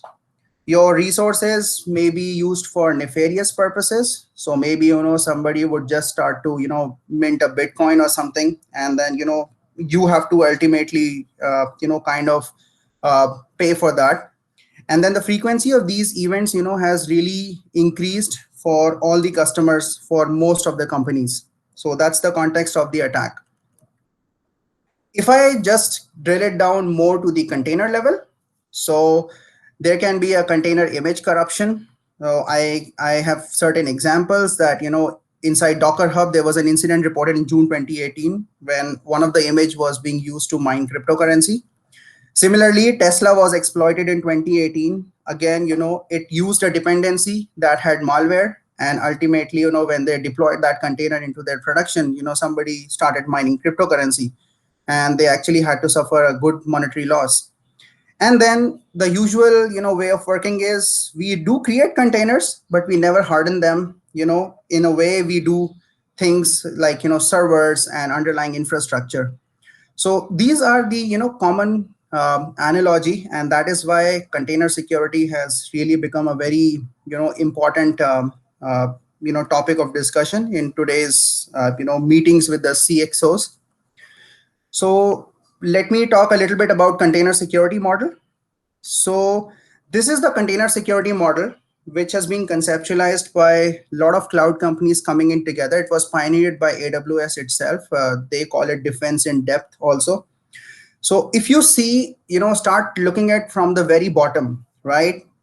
This is a circle, which has multiple layers. So at the very base of it, you have user data, then you have configurations, then you write code, then you fetch some dependencies, then you create a container, and ultimately you run that container on host, right?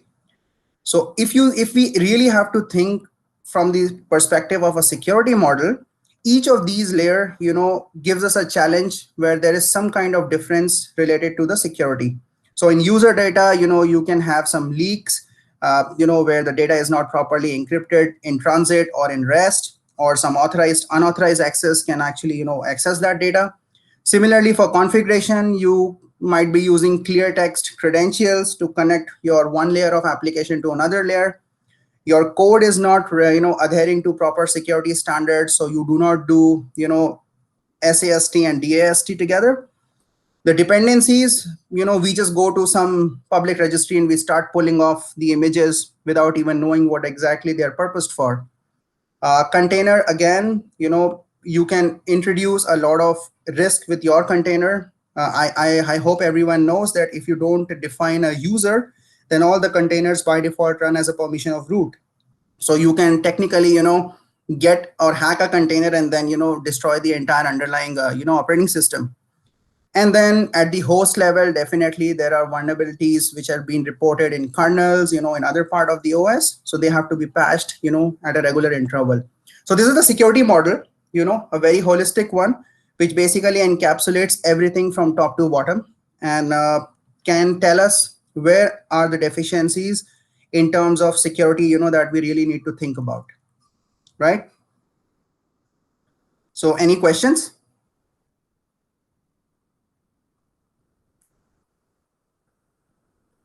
Okay, so I'll just continue then. So let's talk about the shared responsibility model. So I believe everyone knows about it. Or is this something that we need to kind of discuss further? Okay, so shared, basically in shared responsibility model, as per the AWS, right? There are two aspects to it. So there are certain things which AWS will manage for you, even the security part. And then there are certain things which you are responsible for, even the security part. So it's security of the cloud and security in the cloud, right? If we dig a little deeper, you can see AWS would manage the security of everything that is highlighted in bright orange. So the different services which comes with compute, storage, databases, and networking. And of course, the regional availability, the availability zones, the edge locations, the endpoints, the IAM, everything is responsible, so AWS is responsible for managing the security of all this. But when it comes to you, now you are accessing an elastic infrastructure and you will be, putting your applications on top of it. It can just be an application. It can also be a platform. It can just barely be, using the infrastructure. It can be any of these three different, deployment models of the cloud. So then you become responsible for what you use. So whether it's data security, network security, operating system, your host infrastructure security, your platform security, application security, everything is what you are responsible for, right? Now, I'm just going to extend this concept a little bit further on the AWS managed container services. So we talked about containers, and I think Sandeep explained, a few things about these. So he talked about ECS, he talked about EC2 Fargate, he talked about ECR. So this is the existing portfolio of AWS in terms of its managed container services. So you have ECS and you have EKS. Each of these two services exist as an EC2 type or a Fargate type. And then they also give you an image registry option of ECR, where you can actually, push and pull images within your own AWS account. So this is the total landscape which AWS offers on date, to manage your containerized workloads. Now, using this information and the information that I've showed you in this, let's combine these two and let's start exploring. So what is that is managed by AWS, and what exactly needs to be managed by us? And this is also an analogy to let you decide which service you should be using. So if you want a lot of control, and if you really want to manage a lot of these things, then ECS on EC2 is the best option, because you can see AWS only manages the control plane and the things below it. But when it comes to data, your network, your worker node configuration, and your IAM, your hardening, security groups, everything, you are responsible. So this is the most flexible of all in case of using a container service on Amazon. If I move to Fargate, then AWS moves a little bit ahead, and it starts managing the ECS agent, the worker node configuration, and the host for you. So you really don't have to worry about that. And your responsibilities, basically decreases a little. So you are basically offloading your own, responsibility of managing the underlying infrastructure to AWS. but you pay for it. So Fargate is a paid service where for every invocation of any of the background infrastructure, you will be charged, right?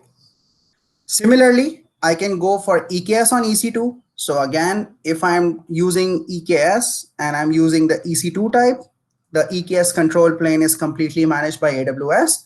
Otherwise, your application, your worker nodes, network data, everything falls under your ambit.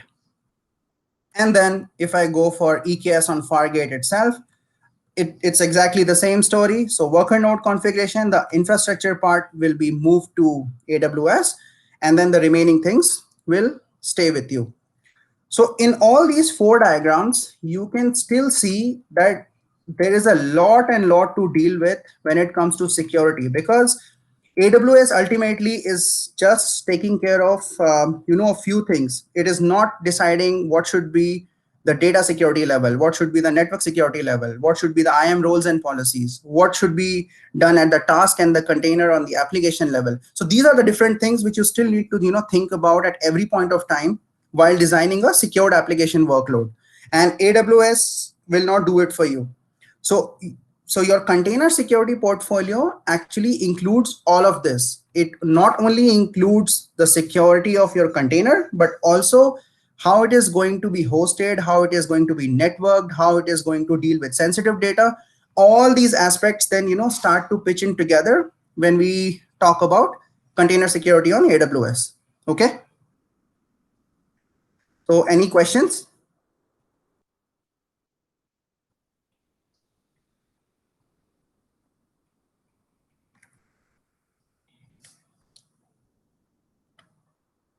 Oops. Okay. Yeah, I'll go back. Okay. So then let's move on further to AWS services for secured workloads. So now we know that container security is a problem, and AWS gives us certain services where we can run our containers. And also using the shared responsibility model, we know that what exactly will be dealt by AWS and what has to be dealt by ourselves, right?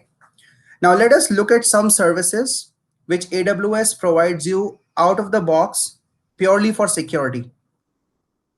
So these are the different services which AWS provides out of the box, like IAM and Cognito is there. Then Certificate Manager, KMS, WAF, Shield, Secrets Manager is again, for sensitive data and for TLS.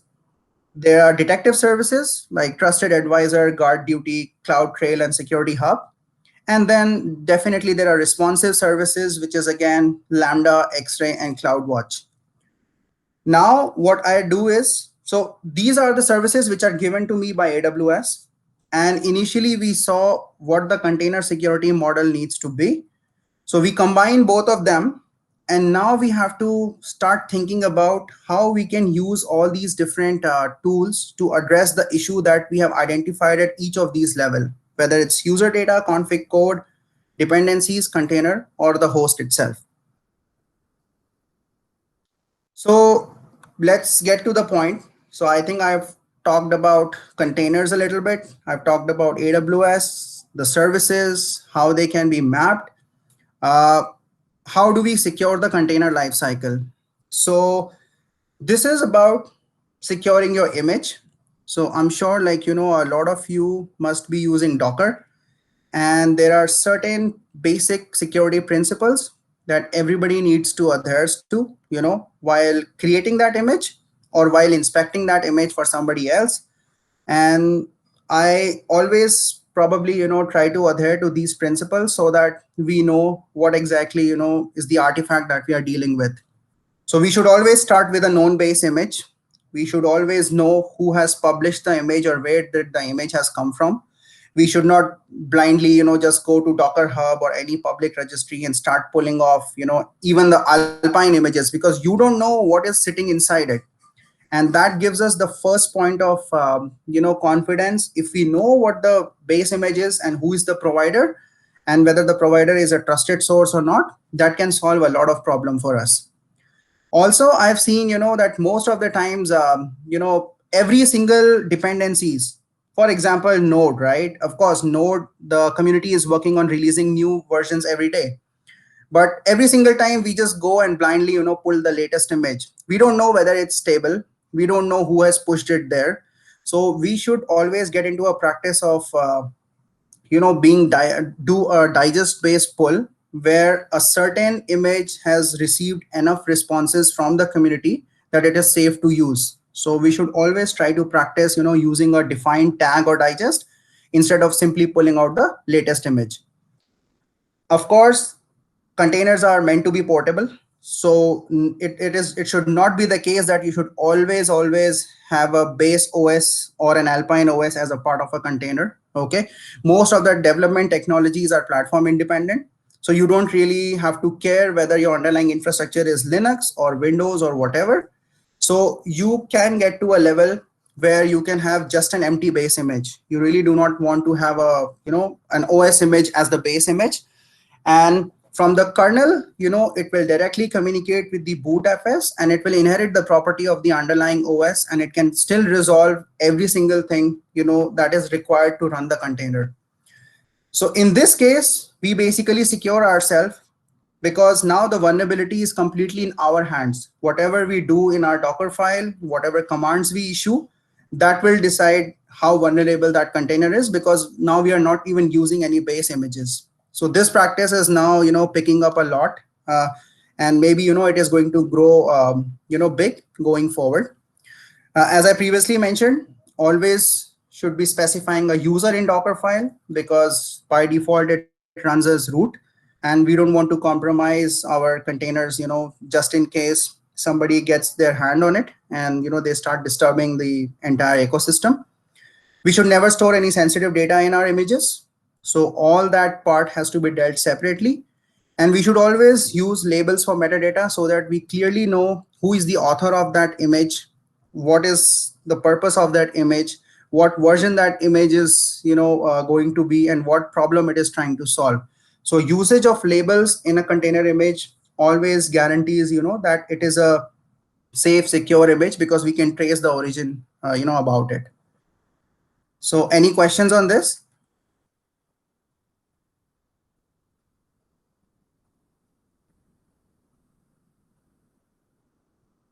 Okay. So let's go to registries.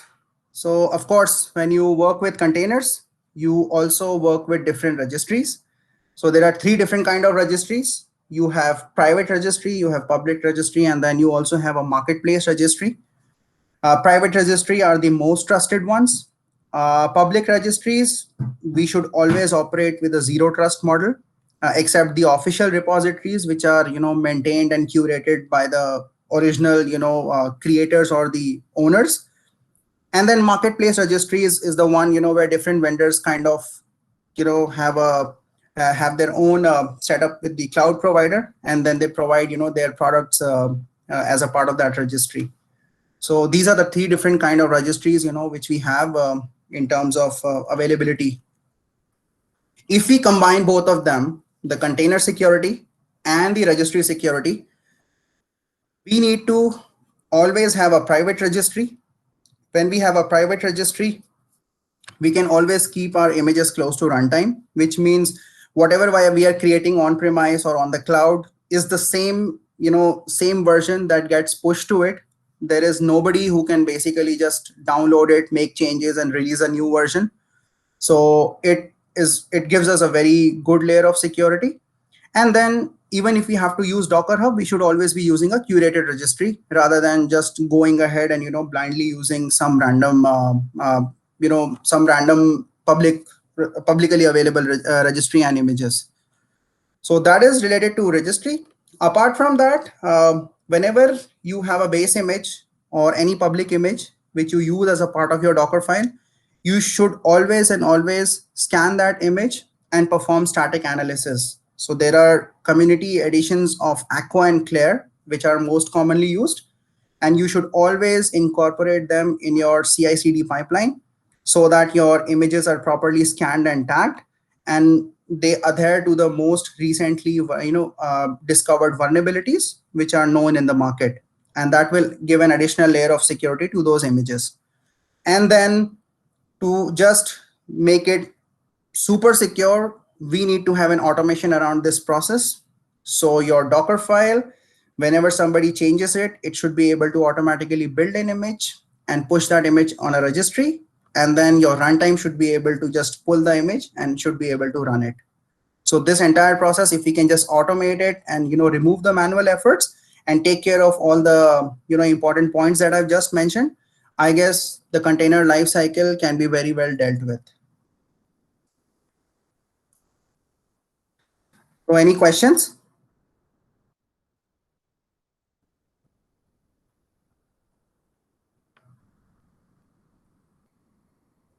Okay.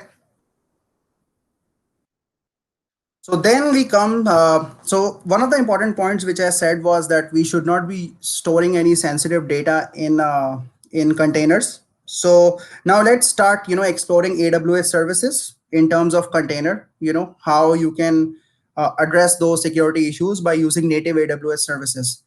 So in case of secrets, I would advise everyone to explore AWS SSM parameter store or the secrets manager, where you get a better opportunity to store your sensitive data that is required by your container at the time of execution.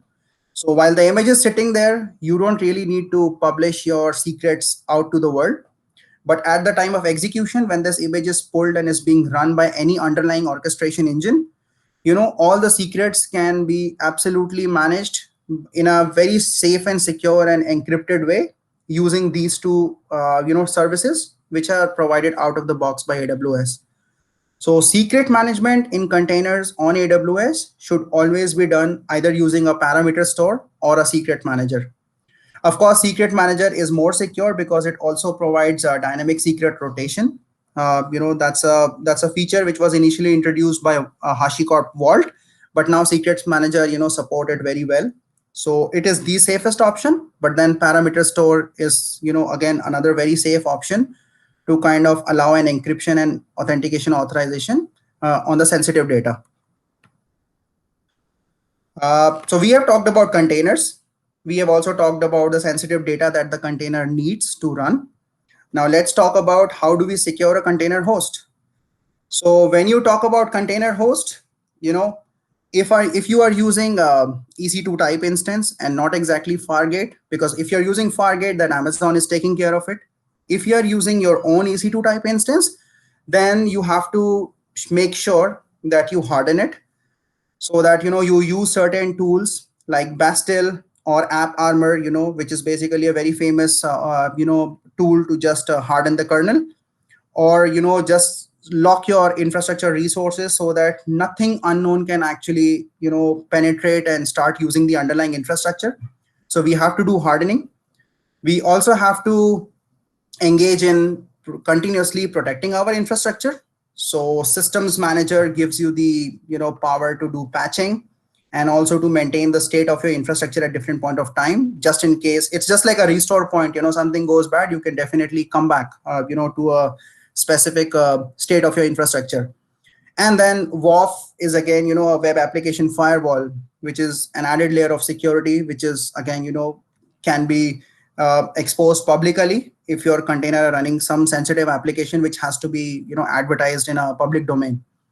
And then on the detection part, you can use inspector and guard duty to keep a tab on your application and the host itself, what exactly is going on in that host. You can create alarms, you can create an action based on those alarms. So these are the different services which basically then help us to secure a host which is now used to run a container. The next thing is, so you have solved the problem for container, you have solved the problem for sensitive data, and you have also solved the problem for the underlying host where this container is running. Now, how do you gain visibility into a container-based workload? So in AWS, your CloudWatch is the golden source of truth for all the logging. So your container, whether they are running as a part of ECS or EKS, they push their logs into CloudWatch. And then you can also use FluentD, which is just a recently graduated member from the CNCF Foundation, to kind of, push the logs and then store them into CloudWatch. So these are the standard, patterns which even AWS recommends, to be used. For monitoring, you again have CloudWatch events. You have AWS Container Insights that has been designed specifically for for containers. And then definitely we have third-party solution like Twistlock and Aqua and NewVector and so forth, whatever you can get your hands on. And then a very important part of container forensics, which is right now evolving, where Docker is also actively working to provide tools which can actually do forensics. And then AWS is also working on its own tool, which should be able to give you more forensics about what is going on with your container. And then we can also have some third-party tools like Sysdig, etc., which are available in the market for doing the forensics. So now these are the different tools which then you can use specifically to AWS for container logging and monitoring. Now we have taken care of container, the host, the sensitive data, as well as the logging and monitoring. Now, the most important thing that still plays a very important part in providing additional layer of security is the network. So within AWS, again, there are a lot of services which allows you to do so. So of course, we need to stick to the principle of least privilege, where IAM roles and policies can be created at a container or a task level, depending upon what kind of access do we want to allow them. And this has to be extremely fine-grained if we want to enforce this principle. We can do task networking, where this VPC CNI plugin comes in for EKS. And then we can have segregation on the basis of namespaces at the task level. We can also use ECS EC2 type or EKS EC2 type, and then we can have all our worker nodes provisioned inside the private subnet for additional security. So we can have a network isolation at the network level. And then AppMesh is a service, it's a service discovery tool, which is again like an AWS native, works very well with ECS and EKS. And that is also a very secured way of kind of injecting a sidecar into your pod and then trying to control the traffic routing, what is allowed to communicate with that specific container running inside the pod. So then also at the network level, for any containerized based workload, we have lots and lots of out-of-the-box AWS services, which basically helps us to take care of the security aspect. I can just take a small example. So for example, if I'm using an ECS, right, then how this security work at the network level is that my IAM user and my task execution role basically takes care of the authentication and authorization process. So I have an image which has been pushed into ECR, and now my application has to run on ECS, EC2 type or Fargate type, and it has to be able to pull that image and run it, and then also be able to basically push the logs into CloudWatch. It's pretty simple. You need to have a user which basically has permissions on the task or on the service or at the cluster level, and then there is an execution role which is present in AWS by default, which can be used by ECS or EKS or Fargate, that allows it to pull the container image and publish the container logs. So everything is perfectly fine-tuned so that this access is maintained, with the principle of least privilege, policy in force. So any questions?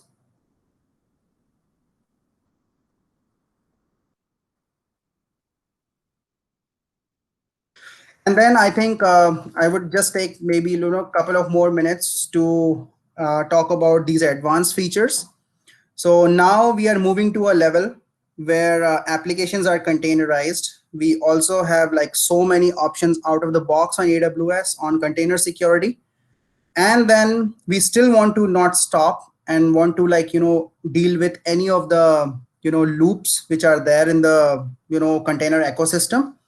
So now right now different vendors and even AWS is working on a capability where they will try to give you options so that the container capability itself can be reduced, like you cannot run them in a privileged mode, or you should always be using a CPU and a memory limit which is assigned to a container so that it doesn't bombard the underlying host and kill everything else.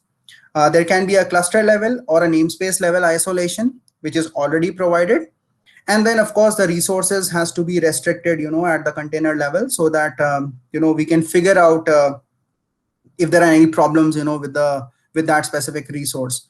And then you can also create read-only containers which basically doesn't do any write operation. So they are static containers, completely stateless and immutable, and they consist of like a very specific business logic which returns a value, and then that also basically reduces the surface area of any contamination of that specific container. And if I talk about Kubernetes, my personal experience, the pod security policies, and there is a tool called OPA, which is Open Policy Agent, which basically gives us a very standard framework on all the Kubernetes, API operations. So these are also other, things which can be explored, by anyone who is interested to learn more about, how to create a secure infrastructure for running a secured containerized microservice application. So is that documentation is well documented? The last one? Which one? This one, OPA? Yeah, OPA. Yes. So AWS basically has worked with the community, and they have an official, document how EKS works with OPA. I can share that with everyone, if you are interested. Because that's something I'm interested in. Yeah. So I don't actually have a demo because if I start to do stuff, then maybe I just cannot complete it in 1 hour. It has to be a workshop where I can actually start doing all these things which I just spoke about step by step, and it has to all make sense, because this is definitely an advanced level. This is not something which is a basic or an intermediary level that I'm talking about. But I just hope that whatever I spoke about, it just made some sense to the audience. I think it's great because people will get to know about the tools and all. So yeah, they'll be get more acknowledged, and then they know what to explore then about the security. That's a good start. Right. Okay, so anyone have any questions? Please go ahead and ask.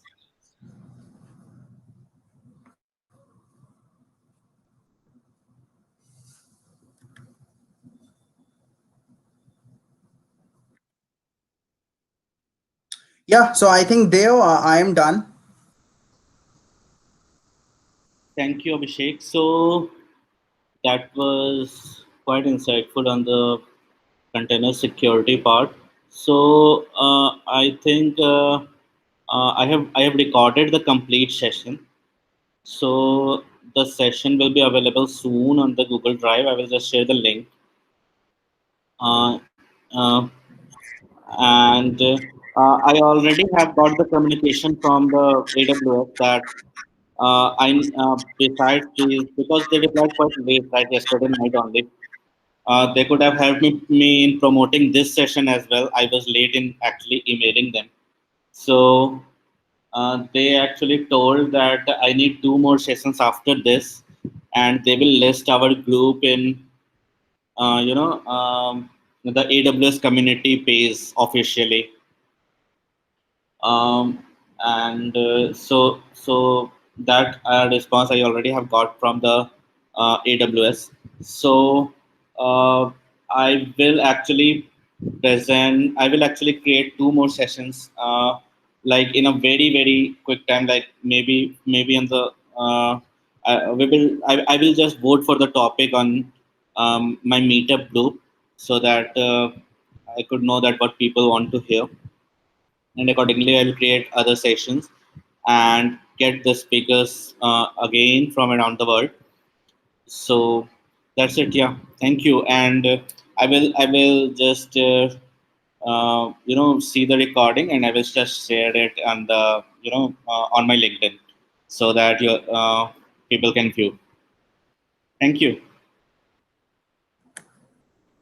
Sure. Thanks, guys. Thank Wish you. very happy weekend. Thanks, Abhishek. Thanks, Sandeep. Thank you to you. Thanks. Thanks everyone for attending.